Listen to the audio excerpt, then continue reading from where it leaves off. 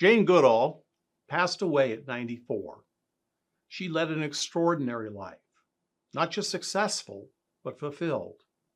A life of purpose, curiosity, and compassion.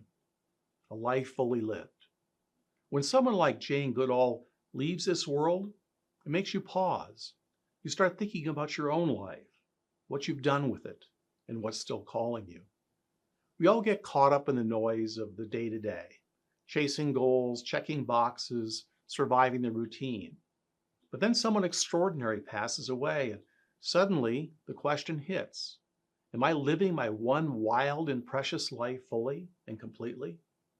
That's what I want to talk about today.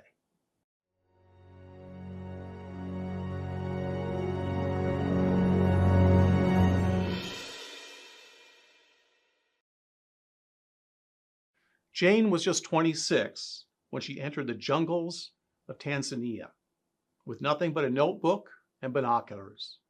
No college degree, no credentials, just a burning curiosity about life. Everyone thought she was crazy. A young woman alone in the wild, studying chimpanzees? Sounded impossible. But she followed that spark anyway. She wasn't born into privilege.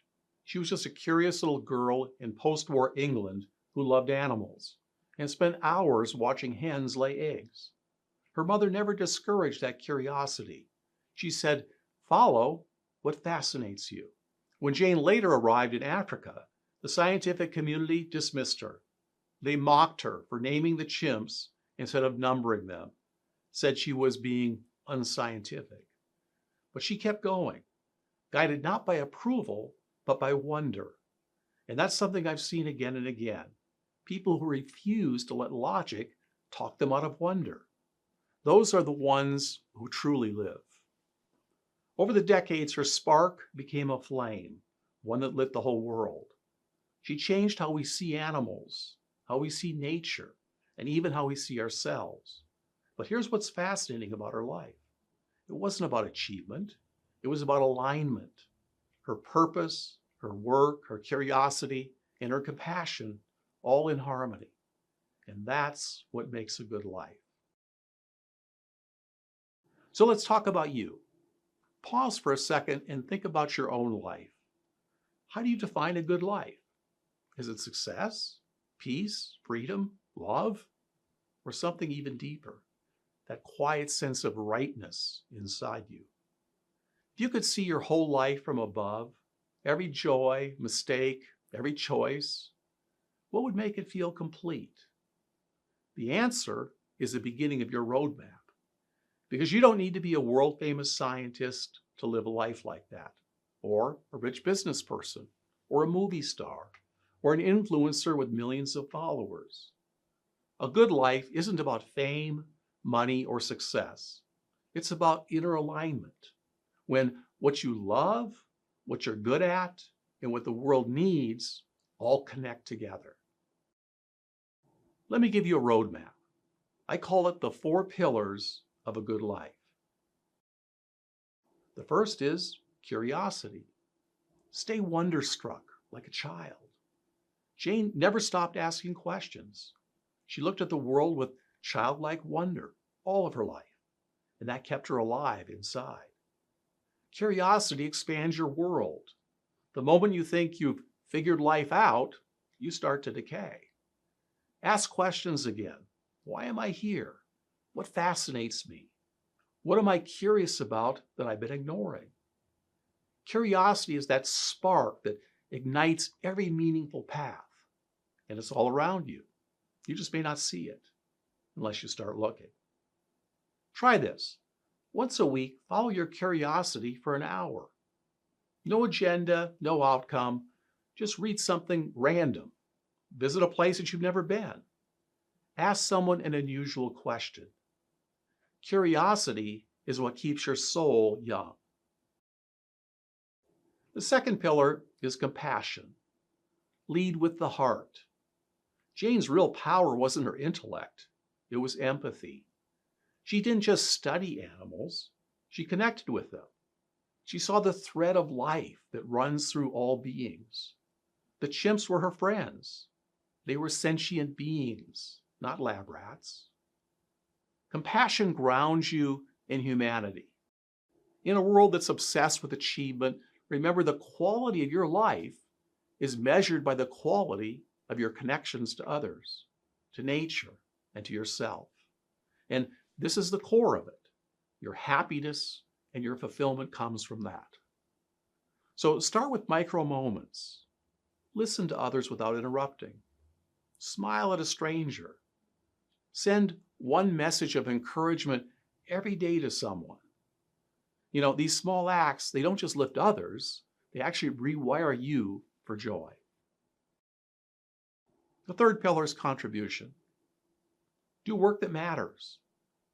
A good life leaves something behind. It doesn't have to be creating a foundation or writing a book. It might just be the people that you uplift, the ideas you share, the kindness you model, and that's enough. Ask yourself, what problem do I feel called on to solve? What difference can I make today, even in a small way?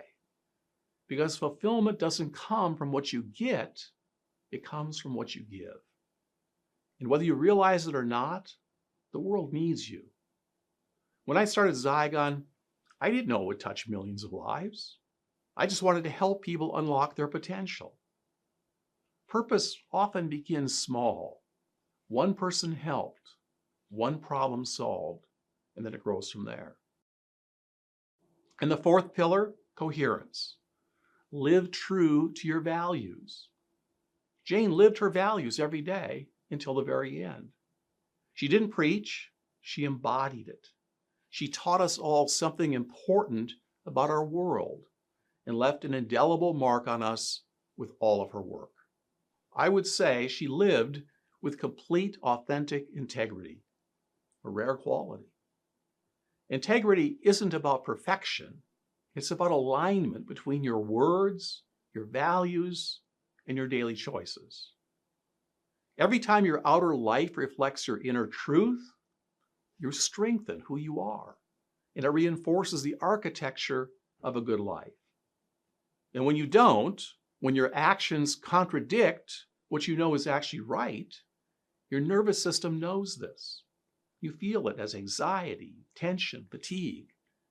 Integrity isn't just moral perfection. It's energetic alignment. When your words work and your values line up, you feel it. You feel lighter, freer. Most people never find this alignment. We live in an age of distraction. People chase likes instead of legacy. They scroll through other people's lives instead of soul-searching their own. We become humans doing instead of human beings. Jane never fell for that. She slowed down enough to listen to nature, to her own instincts, and to life itself. The moment you stop reacting and start actually listening again, you automatically reconnect with what's real. And this is our birthright. Happiness and fulfillment is what makes the path of a human being. Most chase comfort instead of a calling. They follow the crowd instead of being led by their own curiosity. And one day, they wake up wondering, was that it? Is this all there is? But you don't have to live that way. In fact, I beg you not to. A good life isn't something that happens to you. It's something you have to build consciously.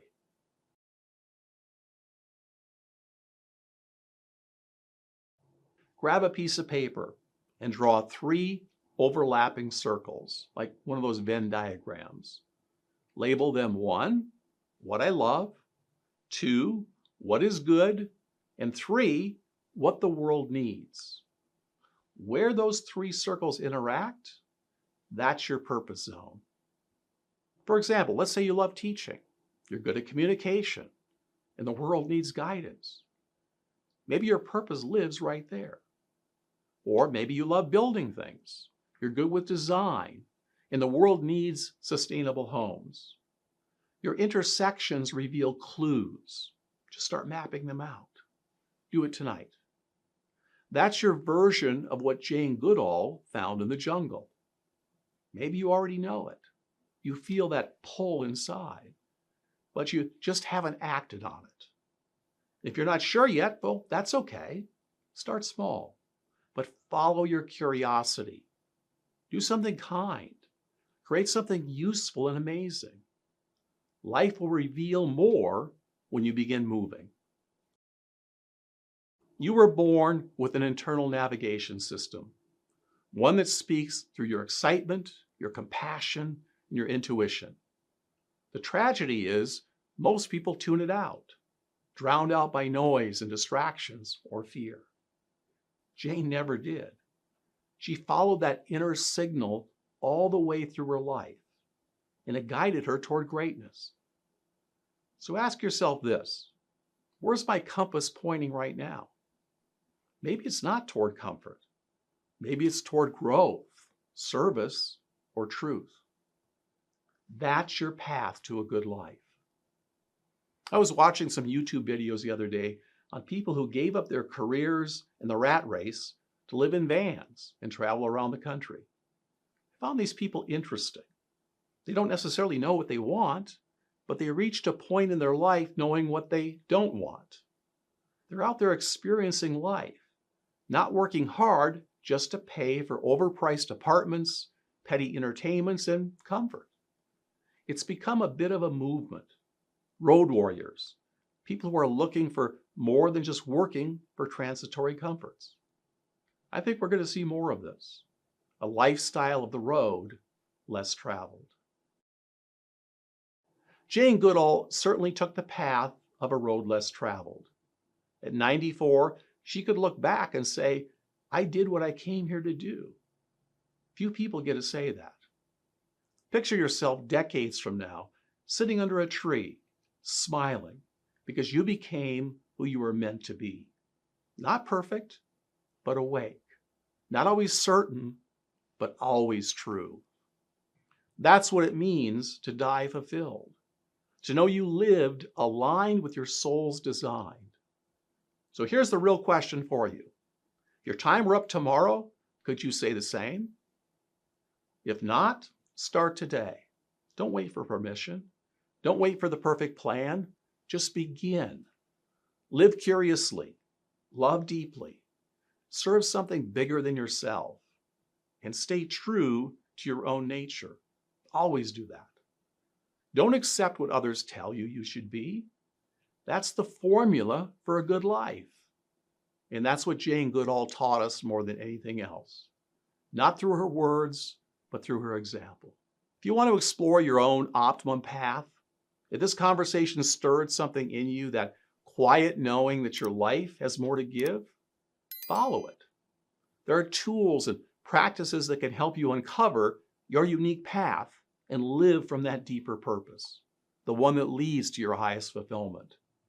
Check out the resources below. There are trainings inside Zygon Academy and on the Zygon app that help you clarify your life's direction, align your purpose, and live consciously. Because the best time to start living a good life, well, is right now.